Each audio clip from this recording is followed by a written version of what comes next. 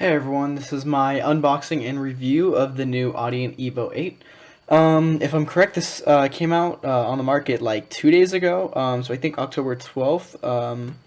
I picked one up on Sweetwater and it just got here. So gonna do a quick little unboxing and review, share my thoughts.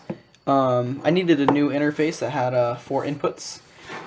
2 inputs wasn't cutting it anymore, so this was the perfect thing. It's $200 and yeah, 4 inputs, so let's check it out. Okay, it's got some general information, how to install drivers and connect it, set it up. Okay, it's got, here's the interface itself. Let's see this. Alright, cool, so this is what it looks like. It's got a main dial, and basically to choose what you're editing or turning up or down, you basically push this button for input 1, this button for input 2, and so on, and then you could change the gains for each of those, or you could use the auto gain feature. I'll try that out soon once I get this up and running, but I'll let you know how that goes. And then yeah, it's got two same thing for, you could adjust the volumes for your 2 headphone outputs, I'm assuming. And then here's a guitar DI, so that's nice to have on the front. On the back, let's see, it's got 4 inputs. These are both the XLR and 1/4-inch combo. And I believe these are also more inputs, or maybe they're outputs, I don't know. Either way, I'm not really going to be using those, so yeah, I don't know what those do exactly. On the bottom, it's got really nice rubber pads. I just noticed this already when I put it down. It's very sturdy. It's not going to move. It's moving the table before I move this actual interface. So, cool. What else is in the box? We got okay, USB Type-C to Type-C. So this is nice if you're working with a laptop or a computer that has USB Type-C. I'm running a really old Lenovo laptop that doesn't have USB Type-C, so I'm going to have to get an adapter for this, so that's a mild inconvenience, but I might have one laying around. But anyways, yeah, so that'll plug in there. And then this, like I said, if you have USB Type-C for your laptop or PC, then yeah, go right ahead and use this, but I don't have that, so I do actually have a USB Type-C to USB Type-A cable, so that's fine. That'll work. Okay, yeah, I'll cut to me actually using this, seeing how it sounds, and I'll give a review plus a general comparison between the Behringer UMC 202, the Euphoria 202. That was the interface that I have that has 2 inputs. So I'll compare it with the sound quality, because basically the other competitor, I would call it, with the Evo 8 is the like, at least for the budget interfaces, is the UMC Euphoria 404, and that one, like I said, has 4 inputs. But I'll give a general rundown and review of how these not drivers, how these preamps sound and everything, and like I said, an overall review, and I'll kind of compare it so you guys can get like a benchmark or just a general comparison, because like I said, for me it was either the UMC 404 or the Evo 8, and I thought that the Evo 8 it looked pretty nice, it looked pretty promising, and I already have the UMC 202, so it'll be a very like comparable thing. I won't be comparing it exactly with the 404, but it's the same idea. Alright, cool. So I just grabbed a USB Type-A to Type-C cable. And like I said, this is for if you're anything like me and you have a dated laptop or PC that does not have a USB Type-C input, then you have to take one of these. This is just like a standard like Android charging cable. So yeah, I plug that into the laptop. And you see the dial lights up, it's working, it's getting power. Okay, so now I can, mess with this a little bit more. So this is like the volume. It looks very nice, actually. It's very bright. I like that. The buttons feel great. The dial's very smooth. Cool. Now, before I tell you how it sounds, I'm gonna have to download the drivers. And so yeah, the drivers instructions are on this little pamphlet. So yeah, I'll get right to that. Alright, so when installing the drivers, you'll notice that it comes with a control application. Now, this application lets you actually adjust the inputs and volumes of all your 4 inputs, and as well, I think, as the volume that goes to your headphones. So this is really easy. Like, let's say if you're, like, at least for me, when I'm recording drums, I'll have my laptop behind me. My interface might be, you know, in front of the drums or wherever else. I could actually control this remotely from my laptop rather than, you know, having to have the interface by me at all times. So that's really nice. One thing to notice, though, when you're using the Type A to Type C cable is that if you want to use phantom power, it'll only supply phantom power, the 48 volts, to 2 of the inputs. It's not going to supply it to every single, you know, all 4 inputs. To do that, you need a Type C to Type C. So, but like I said, my computer doesn't have that, but I don't really use more than 2 condenser microphones that need phantom power at one time, so that's fine with me. So after playing with the Evo for a while, I was actually surprised at how well it performed. And I had, you know, I've used this UMC 202 for a few months now. I've never really used an interface that's better than this. I just thought this was, you know, kind of everything that I needed. But there were a couple things where I was just like, wow, like I am never going back to this. First of all, the volume output on this thing is so much better than this Behringer.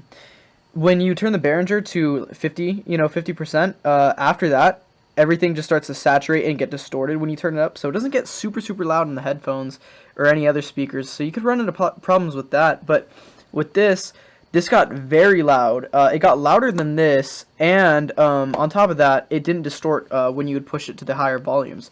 So that was a great win for the Evo. Another thing that I liked was the general sound quality. I did a couple sound tests. I did you know, a guitar directly into here versus a guitar directly into here, and this DI actually really performed well. And then I also did one where I connected my guitar to my amp and then to one of these back here. So I'll show you that what those sound like, and I think you'll be surprised.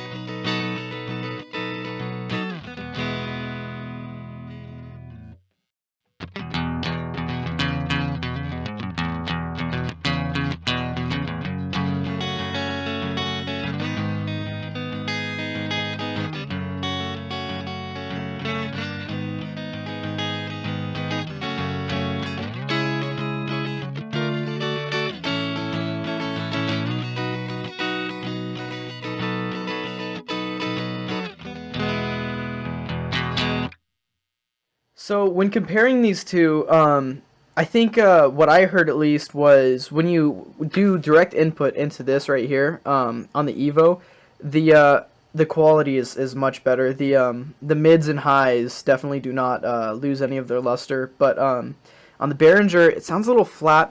Sounds a little just like you know, the mids and highs are just kind of rolled off almost. So if you're gonna do DI, a lot of people do DI bass or sometimes just DI guitar and then run into run their guitar signal to an amp simulator. You're gonna get great tones with this. I also, on the second one where I plugged into my amp, the overall quality was not too much different, but I did notice that on the Behringer, I was getting a lot more unneeded and kind of unnecessary distortion. To explain, when I was playing into this, everything sounded good. It sounded the way I expected it to and how, I imagined it to sound. But then when I plugged it into the Behringer, I was getting some, unexpected distortion. So, if you might be able to hear that in the, if you go back and listen to the comparison between the two. But again, it just goes for the Evo, the Audient Evo, that this really it really is working well. I don't notice too much of a difference of sound quality when I'm listening to actual music. So that's not too much of a big deal. I mean, maybe there is. I didn't hear it. Maybe my ears aren't good enough. But yeah, I was really impressed. So if you're like me, and I'm not sponsored or anything, I just wanted to do this since this just came out. I just thought that there's gonna be no reviews on it yet, so I thought I might as well make one myself and help other people out. But if you're like me and you're trying to get an affordable interface, 4 inputs for around $200, I would most definitely go with the Evo 8. In almost every single way, it blows the Behringer out of the park. And of course, this is the 202. But the specs on the UMC 202 are not that different than the UMC 404. So, it's a fair comparison to compare these two. The only difference between this one and the 404 is that this one has is that the 404 has 2 more inputs. So, yeah, like I said, this is it. I'm really glad with the results I got out of this. The mixer, the software mixer, it was cool. I didn't really get too much use out of it. There are some cool things. A big drawback though to this interface, I don't know if it does it on the 404, but if you're monitoring, if you plug in your guitar, for example, to the left channel right here, and you want to direct monitor, you push this button, but you only hear your signal coming out of the left ear. You can't hear the signal coming in both ears. So that's kind of a weird, I don't know why they made it like that, but with the Evo, in the software, in the mixing software, you can, of course monitor whatever your inputs are, but you could also pan them to the left or to the right, and on top of that, you could pan all of your computer's audio to the left or to the right. So what I was doing was I was playing a song, and I had my audio from Spotify panned all the way to the left, and my guitar signal panned all the way to the right. So, I was playing solos over the songs I was listening to, and so it was cool to have the music in one ear and the guitar in the other ear. So that's another thing where the Behringer kind of falls short, is it doesn't have any of that. It's really limited of what you could do with monitoring.